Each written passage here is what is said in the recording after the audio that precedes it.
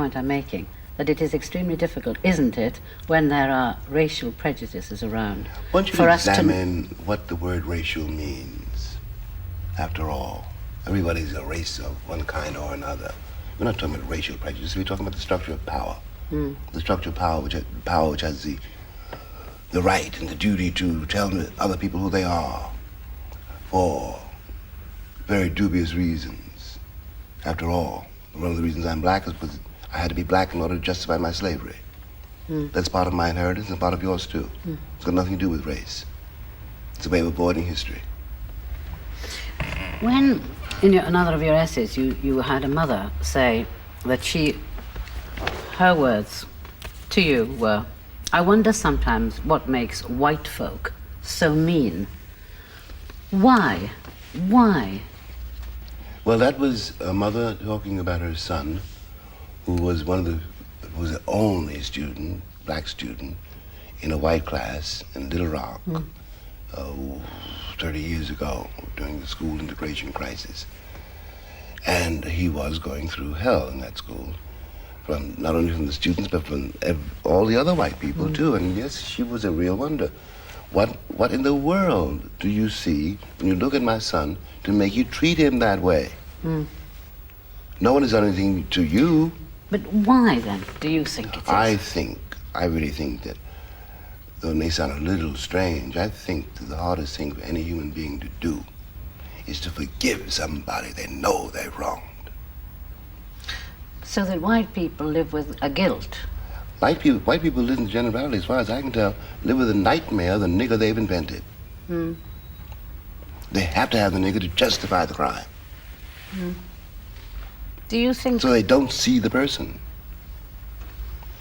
Do you think that people ever get rid of prejudices? Do you think they just let them... It is not a matter of prejudice. It is a matter of cowardice. It is easy to blame the nigger or the Arab or the Jew or the dyke or the faggot. Anyone who isn't you. You don't want to see that you could be that person, that in some way you are that person.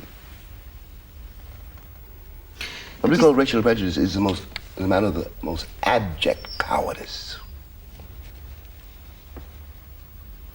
It's cowardly, all right, that's for certain. But I mean, what is it that makes people frightened?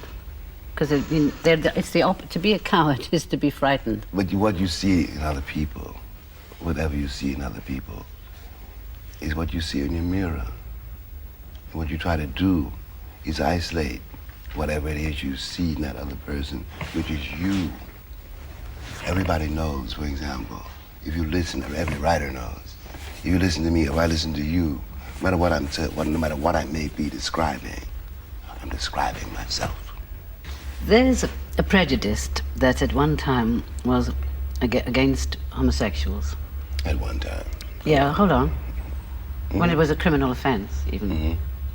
Then that's got removed. The law. And people started to appear to accept.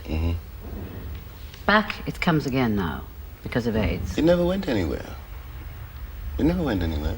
People's attitudes don't change because the law changes. I know that. And the homosexual question is like what we call the racial question. Nobody, no man and no woman, is precisely what they think they are. Love is where you find it. And you don't know where it will carry you. And it is a terrifying thing, love. It is the only human possibility, but it's terrifying. And a man can fall in love with a man, a woman can fall in love with a woman. There's nothing anybody can do about it. It's not in the province of the law. There's nothing to do with the church.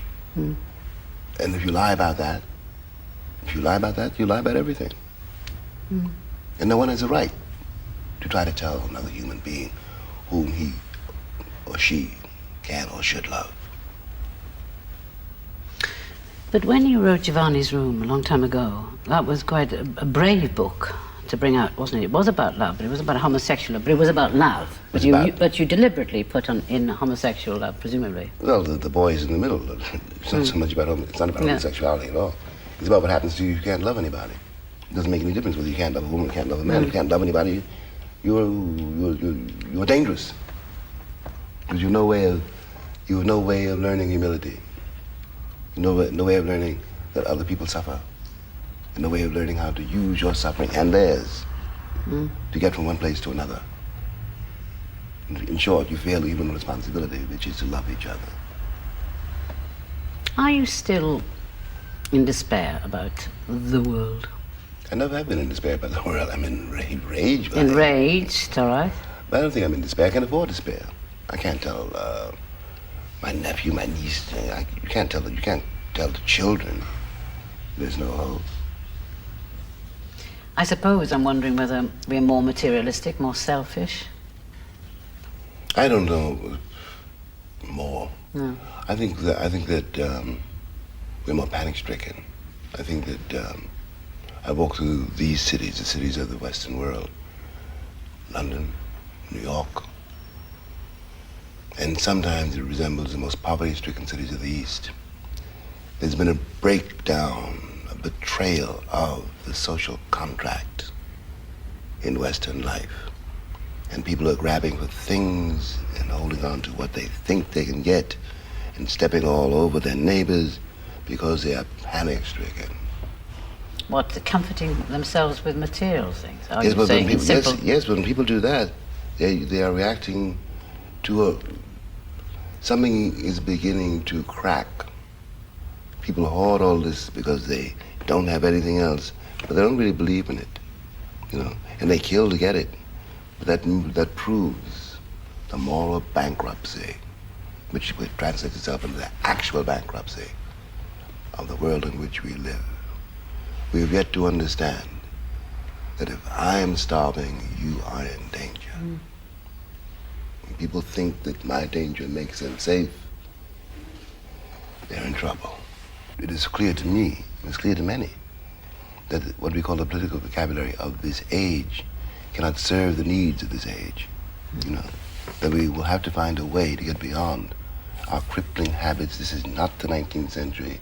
Queen Victoria is long, long dead, and Europe is no longer the center of the world. Well, thank you for being the centre of my world for a while Thank today. you. Cheers, Baldwin. Thank you very much.